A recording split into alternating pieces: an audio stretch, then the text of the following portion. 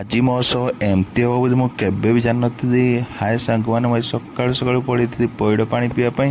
ତାପରେ ପଇଡ଼ ପାଣି ପିଇକି ସାଙ୍ଗେ ସାଙ୍ଗେ ଗଲି ରାତିରେ କାଲି 3ଟା ମାଛ ମୁଁ ରାସ୍ତାରୁ ପାଇଥିଲି, ତାକୁ ନେଇକି ଛାଡ଼ିଦେଲି। ଛାଡ଼ିକି ଏଠୁ ବାହାରି ଗଲି ଷ୍ଟାଡ଼ିୟମ୍ ଆଡ଼େ। ବର୍ଷା ବହୁତ ଜୋରେ ଆଜ୍ଞା, ଆଜି କେହି ଗୋଟେ ବି ଷ୍ଟାଡ଼ିୟମ୍ରେ ନଥିଲେ। ତାପରେ ସେଠୁ ମୁଁ ଆସିଲି ବାହାରି ମାର୍କେଟରୁ ବାହାରି ଗଲି ଆଜି କୁଆଳୁରେ ଗୋଟେ ଦୋକାନରେ ପୁରା ଫେମସ୍ ଇଟିଲି, ତାକୁ ଗଲୁ ଖାଇବା ପାଇଁ। ଆମେ ଗଲାବେଳକୁ ଭିଡ଼ ବି ନାହିଁ, ସାଙ୍ଗେ ସାଙ୍ଗେ ବାହାର କରିଛନ୍ତି ଭାଇ ଇଟିଲି ଗୁଡ଼ା, ପୁରା ଦେଖନ୍ତୁ କେଉଁଭଳିଆ ଗରମ।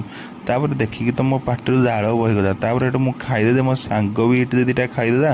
ଖାଇକି ଆସିଲି ଭାରି ମୋ ଘରକୁ ଟିକେ ରେଷ୍ଟ ନେଇକି ଆସିଲା ପରେ ପୁଣି ବାହାରି ଯାଇଥିଲି ଦୋକାନରେ ଟିକେ ବସିଲା ପରେ ସନ୍ଧ୍ୟା 7ଟା ହେଇଯାଇଥିଲା। ତାପରେ ଭୋକ ହେଲା, ଖଣ୍ଡିଆ ମନ୍ଦ ତଳକୁ ଗଲି ଭାରି ନୀରବ ଭାଇ ଦୋକାନରେ 2ଟା ଖାଇ ଦେଇକି କ'ଣ ଆସିଲି ଭାରି ବୁବୁନ ଦୋକାନକୁ। ତାପରେ ବୁବୁନ ଦୋକାନରୁ ଆସିଲି ଭାରି ଆମ ଦୋକାନକୁ।